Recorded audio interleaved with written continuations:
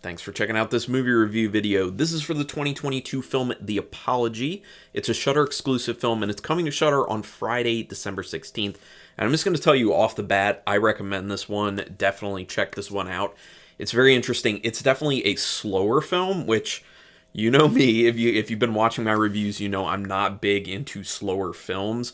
But this is slower, and the pace at which they drop little breadcrumbs of the overall story, well done. The performances, oh my goodness. I'm just going to get that out of the way right now. I wrote down that big shout out to these particular performances in the film. This is what really makes the film excel, in my opinion. Anna Gunn, who was in Deadwood, Red State, and probably best known as Skylar White in Breaking Bad. As well as Linus Roach, who was in Batman Begins and Mandy. You may not recognize Roche, but you will recognize Gunn. I immediately recognized her, and I was like, oh, I'm, first of all, a fan of her acting. Second of all, a big fan of her acting in this. So, written and directed by Alison Locke. This is the individual's first feature film, so I will raise my hand as someone who wants more from this individual. This is really well done for a first feature film. It makes me excited for the future of this filmmaker. Again, Shudder exclusive coming Friday, December 16th. Synopsis. I can't give you too much because I don't want to give much away.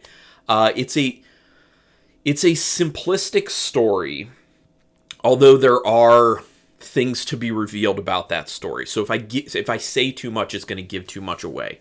So as much as I can tell you is a house that is very isolated, which is set up immediately during the opening credits sequence. A woman is living there. She had lost her daughter, who had gone missing, I think it was 20 years ago at this point, and it's just kind of showing where she is in her life with, you know, what that's done to her and how she's currently feeling mental state-wise. And then she gets a visitor she was not expecting. And it's a horror film. And I'm not going to say much more than that. I will just say I recommend.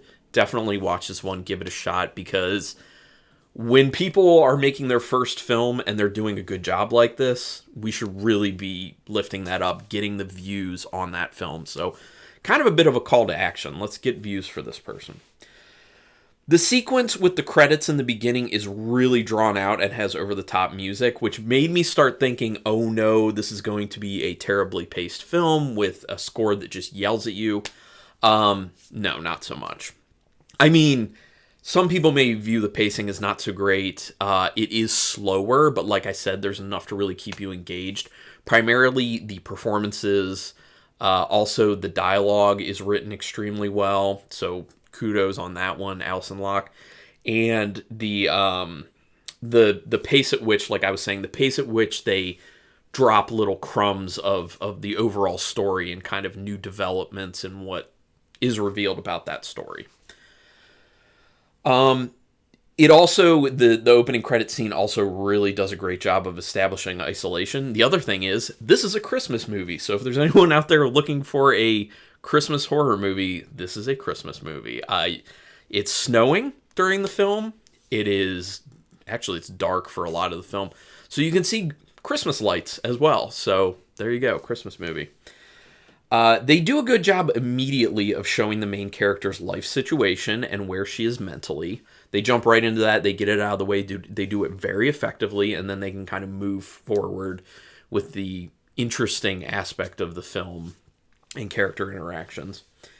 There are a good amount of wider shots that end up getting used, which I love. It's using a decent amount of negative space, which I think kind of helps to increase feelings of isolation. I know I've said this before, but excuse me, if you've ever watched The Shining by Stanley Kubrick, there's a lot of like wider shots to incorporate a lot of negative space, which really does help increase the feeling of isolation, and I think that's important with this film. Because it's not just like an isolation from the standpoint of this person is kind of in the middle of nowhere, so it would be hard for them to really get help. But it's more of this person, this is a visual representation on the outside of how this person is basically feeling on the inside. So I love those types of things. And that just speaks to another thing is overall, this looks very good. It is very well directed. It is very well shot. Really cool camera angles from time to time. good camera movements. It's pretty inspired cinematography, so it looks very good. There's a long conversation in the beginning of this film that is very good and realistic. Like I said, the dialogue is quite nice. But then one of the characters forces a change in the conversation that really does feel off. It feels off in the sense of being realistic, in my opinion. Now, this was a rare hiccup in my... it just kind of feels like the writer-director got... either they were trying to cut the film down a little bit, which I appreciate that, or they were trying to they didn't know how to seamlessly transition the conversation, and they just kind of forced it. So they had the character basically force it, and it doesn't feel right. And it's not like it doesn't feel right where it plays well into the story. It kind of takes you out of it for a minute, and you're just like, that was kind of abrupt in a change and doesn't really make a whole lot of sense. Now, maybe it makes a little more sense later in the film, but it still doesn't play well, in my opinion. But that's just one of my very small things to pick on with this film. There's a pretty messed up aspect to this film. They do talk about her daughter going missing and some things that may have gone on with that. So if that sounds like something that could be triggering for people, just know you've been warned. That could be tough to hear. But I'm not going to go any further than that. Again, I'm going to say this again. Anna Gunn and Linus Roach did a phenomenal job. Excellent work. Now, Roach is really good, but I'm going to say Anna Gunn even better. Like, her performance, you're just like zeroed in every single time she's on the screen. And like I said, like, it's a slower paced film, but those performances, just, you're glued. You're totally glued. There's a great job done with dialogue and a showing of different character perspectives. That's another thing. Not only is the dialogue really well written, the characters are well developed, and the perspectives, you can see the perspectives of people talking in these conversations. You're kind of like, okay, I really do see what this person's saying.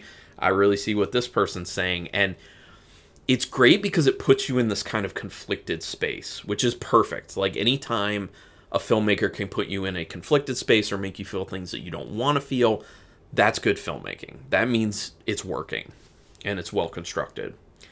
This film is low lighting, but it's very well executed with making sure that you can always see what you need to see.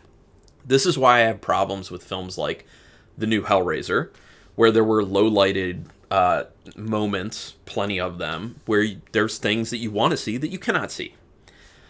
This film shows you, first-time filmmaker, that you can have low-lit situations, but still be able to see everything that everyone wants to see. So, good job on that one. I feel like it's probably much easier to fall into that pitfall of things being too dark when you're a newer filmmaker, but hey, didn't do it. Even though it's slower moving, it does keep you engaged because of the performances and the pace at which the information about the core story is revealed. Again, reiterating that is one of the biggest things about this. You can tell it's a low-budget film for that reason. It's very talk-oriented, heavy dialogue. But to be able to take a film like that, it's still slower paced, and make it still engaging, says a lot about the construction of the film. Solid ending to this. I didn't love the ending, but it makes sense for what's going on. It's not a bad ending at all. It is solid.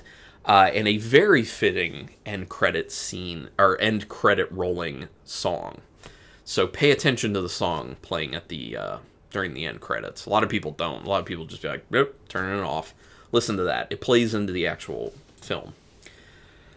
There is something strongly presented in this film that's overall a very important life lesson. It's about what people do and not what people necessarily say. This is one of the things that I kind of live by in my life, and there have been times in my life where people kind of, say something to me, like make some sort of promises or something like that, and I'll just kind of say, I hear what you're saying, but I'm looking for the actions that are coming after that. Or, also, it can be applied to, I hear what you're saying right now, but I'm also seeing the facts of something you have done in the past, and these things don't line up right here. Like what you're saying versus what you have done and how you are as a person. They don't line up. So that's very heavily at play within the film. So anyway, really enjoyed this film. Out of 5 stars with half stars in play, I'm going to go with 3.5 stars. Close to giving it 4. Close. But I think it's more appropriate at 3.5. Maybe based off the day, my rating might be a little bit different. So, some people can hear this review and be like, yeah, it's more of a 4-star film. That's fine. You can do that. But I'm going to say officially a 3.5, close to 4. Close to 4. So anyway, thanks everyone for checking this out. Would love to hear your opinions on this film when you've seen it. Go ahead and put it in the comments. Let me know your opinions. We can do spoilers in the comments too. That's totally fine. Love it, hate it, in between. Just let me know. Also, hit subscribe to my channel. That's something you can do for me if you like this video or any video I've ever done. That's the best way to repay me, is subscribing to my channel and hitting the notification bell button, because then you'll know when I'm putting up new videos. And then just watch those videos for me. Would appreciate it. But regardless, thanks for taking your time to watch this video. And until next time, keep it brutal.